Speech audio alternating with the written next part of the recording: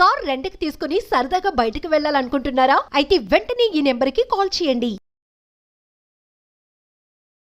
Hi అండి, అందరికీ నమస్కారం. నేను మీ వేణుగోపాల్ రెడ్డి. సంయుక్తంగా విద్యార్థులకు అవసరమైనటువంటి అనేక వీడియోస్ మనం చేస్తూ ఉన్నాం. దాదాపు 2 నెలల నుంచి యునైటెడ్ స్టేట్స్ ఆఫ్ అమెరికా యుఎస్ఏలో జరుగుతున్నటువంటి H1B వీసాల ఇష్యూ కొంచెం సద్దుమణిగింది. అట్లా వాళ్ళు ఏదో కొంచెం అటు ఇటు ఉన్నారనగానే ఇప్పుడు మరొక కొత్త ఇష్యూ అక్కడ రావడం జరిగింది. ఈ ఇష్యూ పేరే ఓపీటీ. ఓపీటీ అంటే ఏంటంటే ఆప్షనల్ ప్రాక్టికల్ ట్రైనింగ్ ప్రోగ్రామ్ అన్నమాట. సో ఇది ఇంటర్నేషనల్ స్టూడెంట్స్ ఎవరైతే అక్కడ చదువుతుంటారో వాళ్ళకి హెల్ప్ చేయడం కోసము ఈ యొక్క ప్రోగ్రామ్ అనేది నిర్దేశించబడింది అనమాట. సో దీని మీద మాగా మూమెంట్ ఎవరైతే మేక్ అమెరికా గ్రేట్ అగైన్ అని ఎవరైతే మూమెంట్ చేస్తున్నారో వాళ్ళందరూ కూడా వీళ్ళంతా వైట్స్ డొనాల్డ్ ట్రంప్ యొక్క సపోర్టర్స్ అనమాట. ఈ సపోర్టర్స్ అందరూ కూడా ఈ ఓపీటీ ప్రోగ్రాం వల్ల వాళ్ళ యొక్క ఉపాధి దెబ్బతింటుంది అనేది వాళ్ళ యొక్క అభియోగం. సో ఈ ఓపీటీని లేకుండా చేయాలని వాళ్ళు పెద్ద ఎత్తున నినాదాలు చేస్తూ ఉన్నారు. సపోర్ట్ పాయింట్ ఆఫ్ వ్యూలో మనం తీసుకున్నప్పుడు 65% అమెరికన్స్ ఇటు H1B వీసా మీద కానీ అదేవిధంగా ఆప్షనల్ ప్రాక్టికల్ ట్రైనింగ్ ఓపీటీ మీద కానీ వాళ్ళు వ్యతిరేకంగా ఉన్నారు. కేవలం ఒక 20-25% మంది మాత్రమే దీనికి ఓకే అనేటువంటి పరిస్థితి అక్కడ ఉందన్నమాట. అసలు ఈ ఓపీటీ అంటే ఏంటి అని మనం చూసినప్పుడు మన పిల్లలందరూ కూడా అక్కడ ఎంఎస్ చేయడానికి వెళ్తుంటారు. ప్రధానంగా మన పిల్లలు ఎక్కువగా వెళ్ళేటువంటి కోర్సెస్ ఏదైతే ఉన్నాయో ఇవి మనకి కంప్యూటర్ సైన్స్ కోర్సుల్లో వీళ్ళు ఎక్కువ మంది పిల్లలు వెళ్తూ ఉంటారు అనమాట. వెళ్ళినటువంటి వాళ్ళు కోర్స్ అయిపోయిన తర్వాత వాళ్ళ యొక్క రిలవెన్స్ ఫీల్డ్లో ఎక్స్పీరియన్స్ పొందడం కోసము 1 year పాటు వీళ్ళకి అక్కడ వర్క్ చేసుకునే దానికి పర్మిట్ అనేది ఉంటుందన్నమాట. సో ఎవరైతే స్టెమ్ కోర్సెస్ చదువుతారో సైన్స్, టెక్నాలజీ, ఇంజనీరింగ్, మ్యాథ్స్ ఎవరైతే చదువుతారో వీళ్ళకి ఈ యొక్క ప్రోగ్రామ్ని మరో 24 months ఎక్స్టెండ్ చేసుకునేటువంటి అవకాశం కూడా ఉందన్నమాట. ఎవరైతే ఈ యొక్క ఓపీటీలో ఉంటారో వీళ్ళ యొక్క కన్వర్షన్ రేటు H1B వీసా పొందేదానికి మరింత వీళ్ళకి ఎక్కువ అవకాశం ఉంటుంది. సో ఈ ఓపీటీని H1B వీసా యొక్క గేట్వేగా మనం చెప్పవచ్చు. సో ఎవరైతే విద్యార్థి అక్కడికి వెళ్తాడో ఫస్ట్ ఈయన F1 వీసా మీద వెళ్తాడండి. F1 వీసా మీద దగ్గర నుంచి అది ఓపీటీగా మారుతుంది. ఓపీటీగా ఉన్నప్పుడు కూడా ఈయన F1 వీసా మీద ఉన్నట్టే.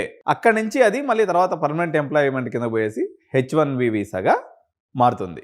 ఈ విధానంలో ప్రధానంగా లబ్ధిదారులు ఎవరు అంటే పర్టికులర్గా ఇండియన్ స్టూడెంట్స్ అండి. ఎందుకంటే 4 లక్షల మంది మన పిల్లలు వెళ్తే ఇంచుమించు 1,00,000 మంది మన పిల్లలు ఓపీటీకి అప్లై చేశారనమాట. సో ఓపీటీకి అప్లై చేసే కమ్యూనిటీలు ప్రధానంగా ఇండియన్ కమ్యూనిటీ, దాని తర్వాత చైనా, దాని తర్వాత కెనడా, బ్రెజిల్ ఈ దేశాల నుంచి వచ్చినటువంటి విద్యార్థులంతా కూడా ఈ యొక్క ఓపీటీ ప్రోగ్రామ్కి పర్టికులర్గా అప్లై చేసుకుంటూ ఉంటారు. తద్వారా వాళ్ళు H1B తీసుకొని అక్కడ సెటిల్ అవ్వడానికి ప్రయత్నం చేస్తూ ఉంటారు అనమాట. సో ఇప్పుడు మనకు 2 రకాలుగా దీంట్లో ఏ చిన్న చేంజెస్ చేసినా అంటే ఈ ఓపీటీ యొక్క డ్యూరేషన్ తగ్గిస్తారని చెప్తున్నారు. మేబీ అది ఉన్నటువంటి 3 years కాస్త ఓన్లీ 1 year మాత్రమే చెప్పొచ్చు. ఒబామా పీరియడ్లో ఇది ఇప్పుడు వచ్చేసి 36 months ఏదైతే ఉందో 29 months ఉండింది. సో అనదర్ 7 months అప్పుడు పెంచడం జరిగింది. సో ఇప్పుడు మళ్ళీ పాత విధానానికి వెళ్తారా లేదా కేవలం 1 సంవత్సరానికే పరిమితం చేస్తారా? ఇది ఏది చేసినప్పుడు కూడా ఓవరాల్గా మన యొక్క డాలర్ డ్రీమ్స్ మొత్తం కరిగిపోయినట్టే. ఎందుకంటే ప్రధానంగా మనం 40 నుంచి 50 లక్షల రూపాయలు ఇన్వెస్ట్ చేసి యుఎస్కి వెళ్తున్నాం అన్నట్లయితే దాని యొక్క ప్రధాన ఉద్దేశం ఏంటంటే ఈ 2 yearsలో ఎవరైనా మనకి యుఎస్ చేసే పన్ను ఏంది అంటే 1 year ఫీజు కట్టేసుకుంటారు, బ్యాంక్ గ్యారెంటీ చూపించేసుకుంటారు, అక్కడికి వెళ్ళేసి పార్ట్ టైంలు చేసుకుంటూ ఫీజు కట్టుకుంటూ ఓపీటీలో వచ్చిన డబ్బులతో ఇంకా మిగిలిచి ఇంటికి కూడా పంపిస్తూ ఉంటారు అనమాట. అయితే ఇప్పుడు పరిస్థితులు బాగాలేవు, అక్కడ కూడా పార్ట్ టైం దొరకట్లేదు, ఇబ్బంది ఉంది. కానీ నేను 3 years బ్యాక్ లేకపోతే కోవిడ్కి ముందు సిచ్యువేషన్ కానీ తీసుకున్నప్పుడు పార్ట్ టైం వాళ్ళకి కంఫర్టబుల్గా దొరికేది. వీక్లీ 20 hours పాటు వీళ్ళు పని చేసుకునే అవకాశం ఉండేది కాబట్టి కంఫర్టబుల్గా వీళ్ళు వర్క్ చేసుకునే వాళ్ళు ఓపీటీలో ఉన్నప్పుడు వీళ్ళు ఫుల్ టైం కూడా వర్క్ చేసుకోవచ్చు అన్నట్టు. సో ఈ మొత్తం ఈ యొక్క వీసాలకు సంబంధించి F1 వీసా అనుకోండి, లేకపోతే ఓపీటీ కానివ్వండి, లేకపోతే H1B వీసాలకు సంబంధించినటువంటి యుఎస్లో దీన్ని ఏదైతే డిపార్ట్మెంట్ చూస్తుందో వీళ్ళని United states citizenship and immigration services అని అంటారు. దీన్నే షార్ట్ ఫామ్లో USCIS అనే పదంతో పిలుస్తారండి. ఇది గుర్తుపెట్టుకోండి, USCIS. సో ఇది ఒక డెఫినేషన్ ఇస్తుందన్నమాట. అంటే ఎవరికి ఏ విధానాలు ఉండాలనేది, ఏ రకంగా ఇంటర్నేషనల్ విద్యార్థులకి ఎటువంటి వీసాలు ఇవ్వాలి, లేకపోతే వాళ్ళ వర్క్ పర్మిట్స్ ఎన్ని రోజులు ఉండాలి, ఇవన్నీ కూడా డిఫైన్ చేసేది ఈ యొక్క UCICS అనేటువంటి వ్యవస్థ అనమాట. సో మీ అందరికీ తెలిసిందే, ఎవరైతే ఫుల్ టైంలో అక్కడ ఎంఎస్కి వెళ్తారో వీళ్ళకనేది ఈ ఓపీటీ అనేది అందుబాటులోకి వచ్చేస్తుంది. ఒక అకాడమిక్ ఇయర్ కానీ ఉన్నట్లయితే వీళ్ళకి ఓపీడీ మీదకి వస్తారు. 2 అకాడమిక్ ఇయర్స్ ఉన్నట్లయితే మొత్తం 3 ఇయర్స్ వీళ్ళకి ఓపీడీ అనేది వచ్చేస్తుంది అనమాట. సో దీంట్లో ఓపీడీలో కూడా 2 రకాలు ఉంటాయండి. ప్రీ కంప్లీషన్ ఓపీడీ అంటే మనము ఎప్పుడైతే కోర్స్ జాయిన్ అవుతామో ఒక 2 ఇయర్స్ కానీ అక్కడ ఉంటాం అనుకోండి. ఈ 2 ఇయర్స్లో వాళ్ళు 20 అవర్స్ పర్ వీక్ ఏదైతే చేస్తారో దీన్ని ప్రీ కంప్లీషన్ ఓపీడీ అంటారు. సో ఎవరైతే కోర్స్ కంప్లీట్ అయిపోయిన తర్వాత ఫుల్ టైం వాళ్ళకి సంబంధించినటువంటి వర్క్లో ఉంటారో దాన్ని పోస్ట్ కంప్లీషన్ ఓపీడీ అని దీన్ని ఈ రకంగా పిలుస్తూ ఉంటారు. సో మొత్తం యూఎస్లో ఉన్నటువంటి ఓపీటీ స్టూడెంట్స్లో ఇండియన్ స్టూడెంట్స్ యొక్క బేసు 30% వరకు ఉంటుందండి. అప్రాక్సిమేట్గా ఎనీ పాయింట్ ఆఫ్ టైం 1,00,000 మంది మన విద్యార్థులు ఈ ఓపీటీలో ఉంటారు. కాబట్టి ఈ ఓపీటీని రద్దు చేయాలని, ఓపీటీని 1 ఇయర్ కుదించాలని చెప్పేసి ఏదైతే మాగా మూమెంట్ వాళ్ళు చేస్తున్నారో ఇది భారతీయ విద్యార్థులు దీనివల్ల చాలా ఇంపాక్ట్ అయ్యే అవకాశం ఉంది. ఇప్పుడు ఇలాంటి డెసిషను కెనడా దేశం కూడా ఒకటి తీసుకొని వచ్చింది. ఏదైతే వాళ్ళకి పిఆర్ పర్మనెంట్ రెసిడెన్సీకి ఏదైతే అవసరమైనటువంటి ఎంప్లాయబిలిటీ పాయింట్స్ ఉన్నాయో వాటిని వెత్తేసింది అనమాట. ఎందుకంటే అక్కడ ఎవరైతే జస్టిన్ ట్రూడో సర్కార్ ఉందో వాళ్ళకి నెక్స్ట్ ఇయర్ సెప్టెంబర్లో వాళ్ళకి ఎలక్షన్స్ ఉన్నాయి.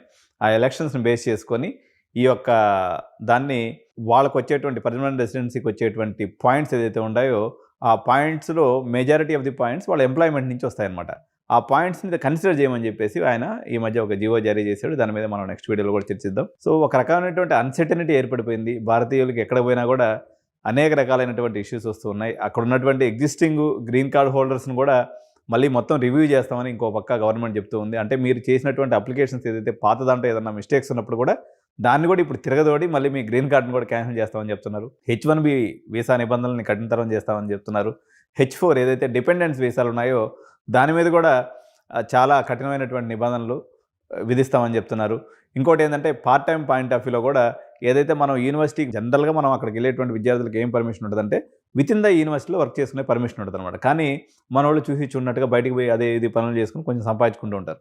ఇప్పుడు ఆ అవకాశం కూడా లేకుండా పోయే పరిస్థితి వచ్చేసింది. ఓన్లీ ఏమాత్రం చిన్న తేడా జరిగినా మీరు అక్కడ హోమ్ల్యాండ్ సెక్యూరిటీ ఎవరైతే ఉంటారో వాళ్ళు మిమ్మల్ని నిర్బంధించి ఏదర్ డిపోర్టింగ్ అన్నా చేస్తున్నారు, లేకపోతే కేసులైనా పెట్టేటువంటి అవకాశం ఉంది. కాబట్టి మనం ఒకసారి పునరాలోచించుకోవాలి. మనకి నెక్స్ట్ ఆల్టర్నేటివ్స్గా ఏమున్నాయి, మనకు ఉన్నటువంటి యూరోప్ అనుకోండి, లేకపోతే ఇతర కంట్రీస్ ఎక్కడెక్కడైతే అవకాశం ఉందో సో ఆ అవకాశాలన్నింటిని కూడా ఎక్స్ప్లోర్ చేయాల్సినటువంటి సందర్భం వచ్చింది. ఇప్పుడు నేనైతే చెప్తున్నా, యాక్చువల్గా మేము ఈ కొంచెం అంటే అంత యుఎస్ అంత పెద్ద మార్కెట్ కాకపోయినా దుబాయ్ మార్కెట్ కూడా ఒక రకంగా ఎంప్లాయ్మెంట్ పరంగా మనకి ఒక ప్రామిసింగ్ అమౌంట్ అనేది అక్కడ వస్తుంది. దాదాపు ఇంటర్నేషనల్ యూనివర్సిటీస్ అన్నీ కూడా అక్కడ ఉన్నాయి. కాబట్టి దుబాయ్ మార్కెట్ని కూడా మీరు అందరూ కూడా ఎక్స్ప్లోర్ చేయండి. సో యూకేలో సిచ్యువేషన్ ఉంది, కానీ యూకే యొక్క కాస్ట్ అనేది చాలా ఎక్కువ ఉంది. మనకి ఏదైతే పోస్ట్ కంప్లీషన్ ఆఫ్ అయిపోయిన తర్వాత స్టడీ అయిపోయిన తర్వాత జాబ్ మార్కెట్ అనేది బాగా డల్గా ఉందట.